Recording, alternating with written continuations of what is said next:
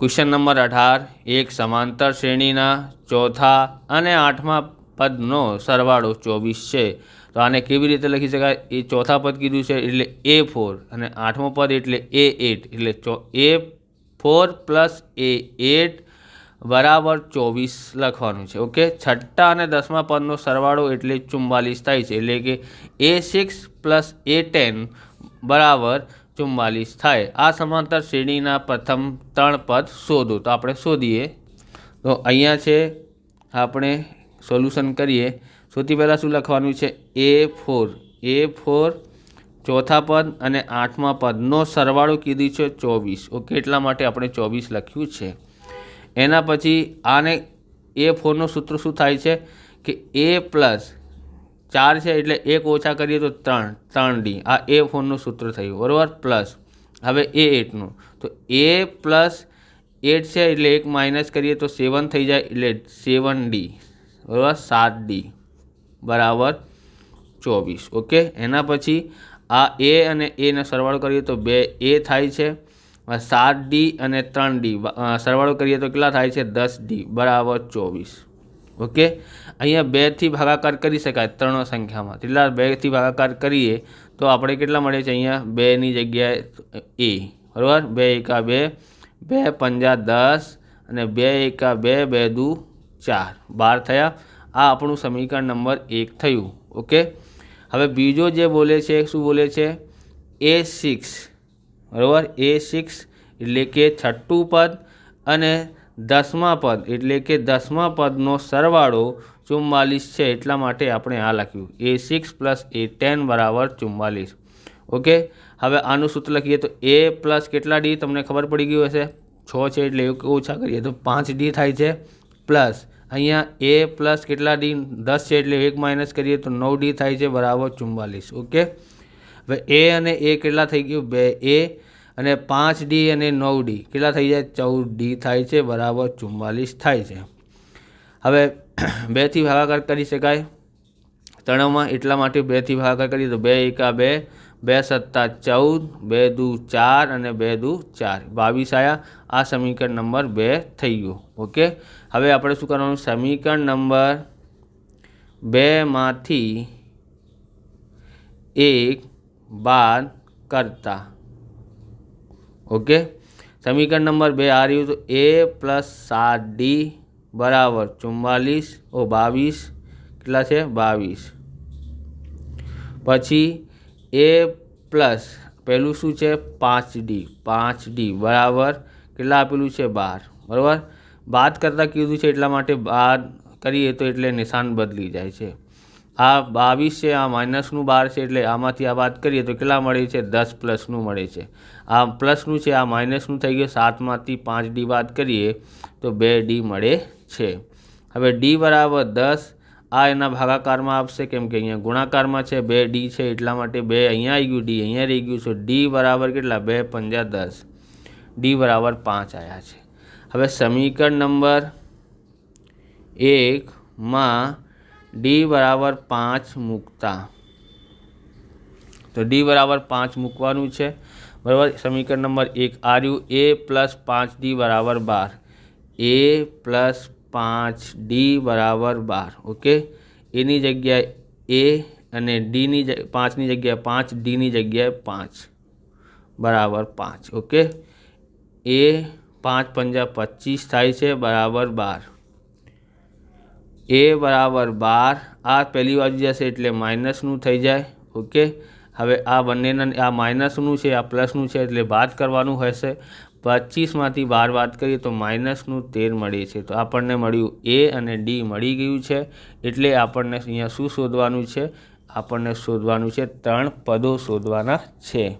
Okay, એટલે કે A1 બરાબર A બરાબર કેટલા થયું છે? માઇનસનું 13।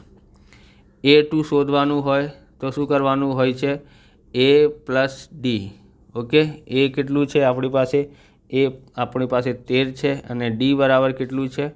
D બરાબર આપણી પાસે 5 છે પ્લસનું, બરાબર। અલગ જુદા જુદા નિશાન છે એટલે કે માઇનસ કરવું પડશે। 13માંથી 5 બાદ કરીએ તો 8, મોટી સંખ્યા માઇનસની છે એટલે માઇનસ।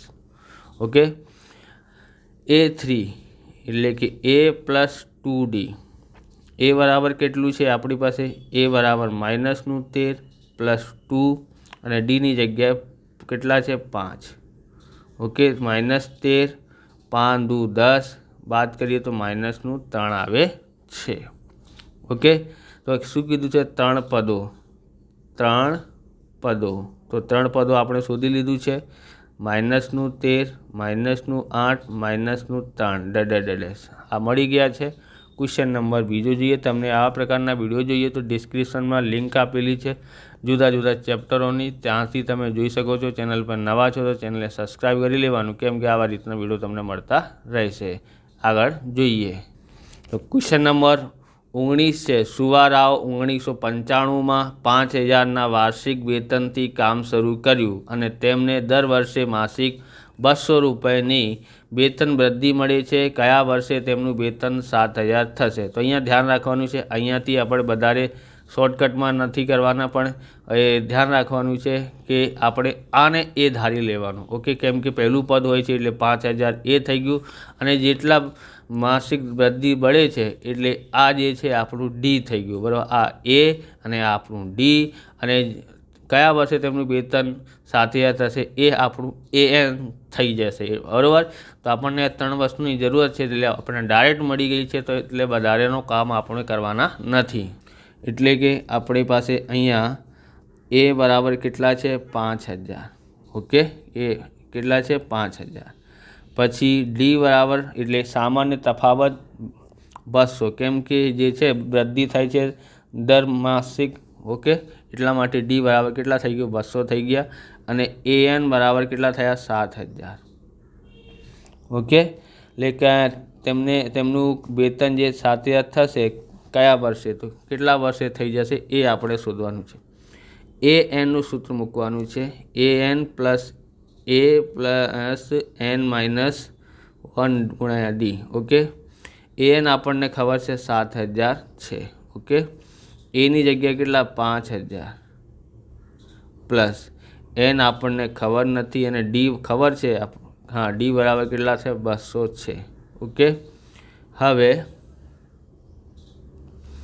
શું થઈ ગયું? અહીંયા 7000ની જગ્યાએ 7000, આ બાજુ આપશે એટલે માઇનસનું થઈ જાય છે. ઓકે, 7000 માઇનસનું બરાબર N -1 ગુણ્યા 200. ઓકે, આમાંથી આ બાદ કરીએ કેટલા મળે છે? 2000. ઓકે, આ જે છે ગુણાકારમાં છે, આ બાજુ આપશે ભાગાકારમાં N -1. ઓકે, 2 0 થી 2 0 ઉડાવી નાખ્યા, 2 નું 2 એકા 2 અને 0 ના 0. હવે આ માઇનસનું છે, આ બાજુ આપશે તો પ્લસનું N. તો એટલે કેટલા થઈ ગયું? N બરાબર 11 થાય છે. N બરાબર કેટલા થયા છે? 11. તો આપણે લખીએ 11 વર્ષે. કયા વર્ષે પૂછ્યું છે? એટલે કે અહીંયા 1995થી શરૂ થાય છે, એટલા માટે 1900 જે છે 2005માં જે છે એનું થઈ જશે 11 વર્ષ પછી. તો આપણે અહીંયા લખીએ 2005માં સુબ્બારાવનું વેતન ₹7000 થશે. તમે આ લખશો ને 11 વર્ષે સુબ્બારાવનું વેતન 7000 થઈ જશે, એ પણ ચાલી જશે. ઓકે, હવે આપણે 20મું જોઈએ. અહીંયા બોલે છે 20મું, રામકલી વર્ષના પ્રથમ અઠવાડિયાએ ₹5 બચત કરે છે અને પછી તેની અઠવાડિયા દીઠ બચતમાં ₹1.75નો વધારો થશે. જો Nમાં અઠવાડિયાએ તેની બચત ₹20.75 હોય તો Nનું પદ મૂલ્ય શોધો. તો આપણે આ મૂલ્ય શોધવાનું છે, અને તમારે અહીંયા સમજવાનું છે. બરાબર, પ્રથમ અઠવાડિયા જે છે એ આપણું એ થઈ જાય એટલે એ બરાબર 5 થઈ ગયું. દર અઠવાડિયાએ બચતમાં ₹1.75નો વધારો થાય છે એટલે આ આપણું ડી થઈ ગયું. ઓકે, અને જે છે કેટલા અઠવાડિયા પછી તેની બચત 20.75 થઈ જાય એટલે આ આપણું AN થઈ ગયું. હવે એના ઉપરથી આપણે દાખલા સોલ્યુશન કરવાનું છે. એટલે હવે આપણે અહીંયા શું મળ્યું છે? A બરાબર એ બરાબર કેટલા મળ્યું છે તમને ખબર છે? એ બરાબર આપણે અહીંયા મળ્યું છે 5 અને ડી બરાબર કેટલા છે? તો ડી બરાબર એટલે 1.75નો દર વખતે દર અઠવાડિયે વૃદ્ધિ થાય છે એટલે 1.75 આપણું સામાન્ય તફાવત 1.75 થયું એટલે ડી બરાબર 1.75 અને એ એન બરાબર કેટલા થાય છે? અહીંયા 20.75 થાય છે, કેમ કે છેલ્લામાં આ કેટલા અઠવાડિયામાં થશે એટલે આ આપણું એ એન થઈ ગયું. એ એનનું સૂત્ર મૂકીએ. એ એન બરાબર એ પ્લસ એન માઇનસ 1 ગુણ્યા ડી. એ એન કેટલું છે? એ એન કેટલું છે? અહીંયા 20.75 છે બરાબર. એ બરાબર કેટલા છે? 5. એન કેટલા છે? એન એન એન નથી ખબર. ડી બરાબર કેટલા છે? તો ડી બરાબર એટલે 1.75 થશે. 20.75 માઇનસ 5 બરાબર એન માઇનસ 1 ગુણ્યા 1.75. આમાંથી આ વાત કરીએ તો કેટલા થાય છે? 15.75 થાય છે.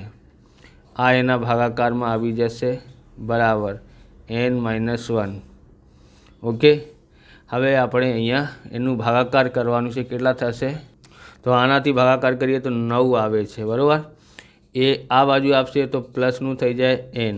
એન બરાબર કેટલા થયા? 10 થયા. ઓકે, તો 10 અઠવાડિયામાં એની બચત જે છે 20.75 થઈ જાય છે. ઓકે, તો આપણે લખીએ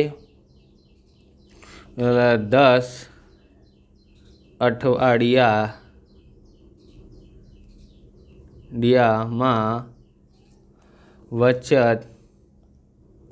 કેટલી થાય? રૂપિયા 20.75 થઈ જાય છે. આવી રીતે આ વિડીયો પૂરું થાય છે. તમને વિડીયો સારું લાગ્યો તો લાઇક કરવાનું, ચેનલને સબસ્ક્રાઈબ કરવાનું. મળી બીજા વિડીયોમાં. જય હિન્દ, જય ભારત, વંદે માતરમ.